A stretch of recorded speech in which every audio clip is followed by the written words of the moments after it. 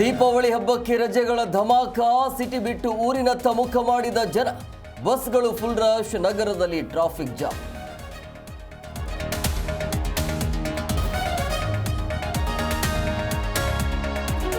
ಯಾಮಿನಿ ಪ್ರಿಯ ಹಂತಕನಿಗೆ ಹೊಟ್ಟೆ ನೋವು. ರಾತ್ರೋರಾತ್ರಿ ವಿಘ್ನೇಶನಿಗೆ ಆಸ್ಪತ್ರೆಯಲ್ಲಿ ಚಿಕಿತ್ಸೆ.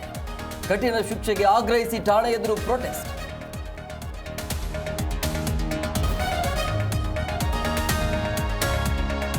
ಬೆಂಗಳೂರಿನ ಲಾಡ್ಜ್ನಲ್ಲಿದ್ದ ಯುವಕ ಯುವತಿ, ರೂಮ್ನಲ್ಲಿ ಯುವಕ ಅನುಮಾನಾಸ್ಪದ ಸಾವು. ಸಾವಿನ ಸೀಕ್ರೆಟ್ ನಿಗೂಢ.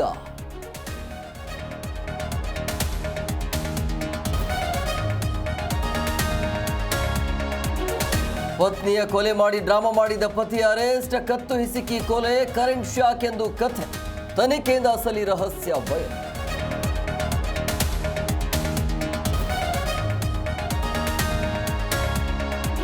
ದಾಸನ ವೈದ್ಯಕೀಯ ವರದಿ ಕೋರ್ಟ್ಗೆ ಸಲ್ಲಿಕೆ. ರಿಪೋರ್ಟ್ ಅಲ್ಲಿ ದರ್ಶನ್ ಕಳ್ಳಾಟ ಬಯಲು.